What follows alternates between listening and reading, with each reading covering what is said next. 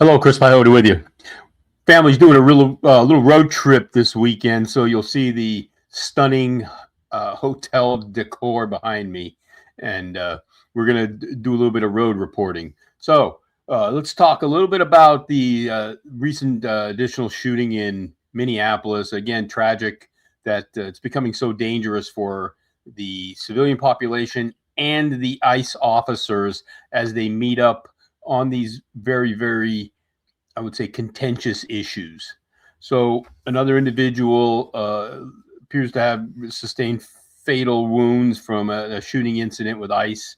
And I think we have to take a look at this. It's time for a strategic pause by DHS and the administration to see how they're going to deal with tactics moving forward, how they're going to look at their priorities and how they're engaging that illegal migrant community, and how they're going to deal with this opposition.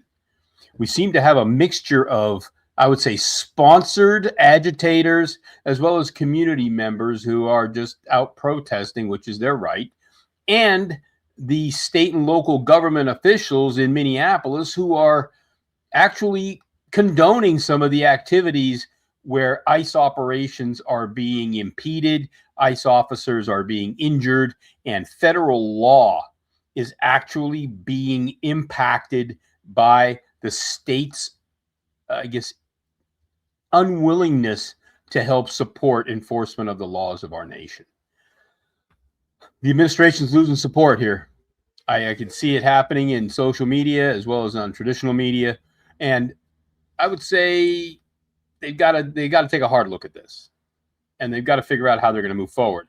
We cannot simply have the laws of our country not be enforced because a group of people are basically throwing an adult temper tantrum and they don't want us to deport identified criminals, which means you're an illegal alien as a criminal, rapists, drug dealers, take your pick, everybody else. Okay, so let's figure out how we're going to move forward.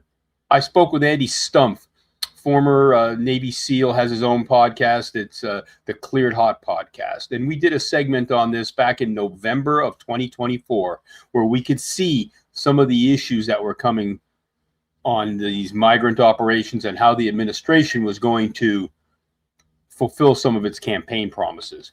So I'm going to play an excerpt from the Cleared Hot podcast from November of 2024, where Andy Stumpf and I had a conversation on how this was going to go. Stand by. Demographic reviews. What about places that, especially now that we're going to have all of this, these migrant operations that are going to be coming up? How do you think that's going to go? I think it's going to be a debacle. I think it's going to be terrible. Yeah. I think it's going to be painful to watch. What agency do you feel like that's going to fall under? ICE. Because I've heard people, we need to engage the military. I was like, well, I don't know if you've ever heard of this thing called passe comitatus, which kind of exists. Well, that's an inconvenience. Yeah. Right. Well, but they're also not trained for it, though. Exactly. And, well, here's the problem. And I had a conversation with somebody about this, using the military. Or even just say if you've taken, you seconded a bunch of FBI people. Mm-hmm.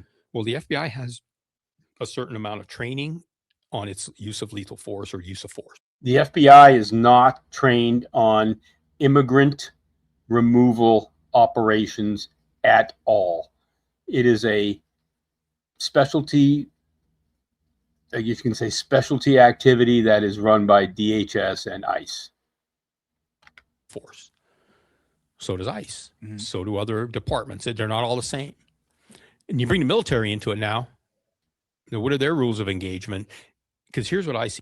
And for some reason, during the podcast, we lost video for a couple of minutes. So just bear with me. Check with the audio. You can hear the conversation. There's nothing I can do to fix that. Happening. The opponents of that activity are already marshaling loudly forces. Yeah, loudly. They are going to make sure that everywhere this operation is happening, there are people with their cell phone cameras or news crews, and you will probably largely see only women and children being filmed. Okay, so that is not the case. We haven't seen them go to the women and children approach yet, the opponents of the migrant operations. But what we have seen, of course, is the very, very confrontational interaction between protesters and ICE agents, and of course, the over video footage and coverage, the over, I guess you can say, visibility of the situations. They're not going to take the 80% of these people are military age males being kind of taken into custody and moved on. You're going to see women and children screaming and yelling, and you're going to see ugly separation of families, all this stuff. It's going to be terrible. And you're also then going to see where they're going to put these people while they're going to process them out. What do you do with the people who come from a country of origin that we won't can't return them to? They won't accept them back. Yeah. They won't receive them back. Venezuela is a good example. Right? A lot of people say, oh, super dangerous. These people are coming from Venezuela. I'm like, yeah, you can't send them fucking back. Well, they won't take them. We've seen several instances already where we've tried to deport people and we've had difficulty with having them sent back to countries that would receive them, that was safe, and all these other things. And like you said, Andy and I could see the logistical problems coming. We'll take them. Yeah. So this is going to be just a national debacle, and national debacle it has become.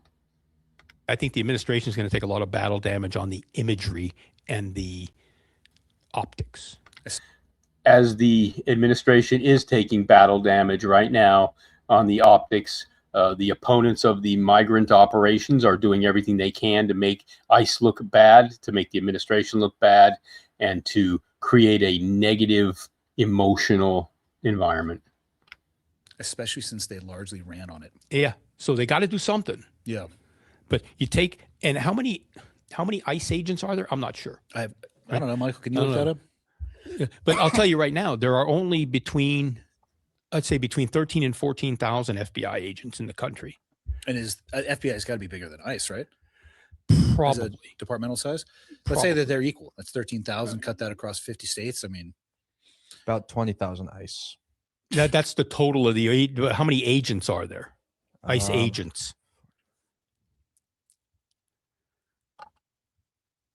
Because the FBI says it has 35,000 people, but only between 13 and 14 are the actual agents themselves. Yeah. 7,100. All right. So, okay. So 7,100 plus 14,000. We'll give them that. 21,000.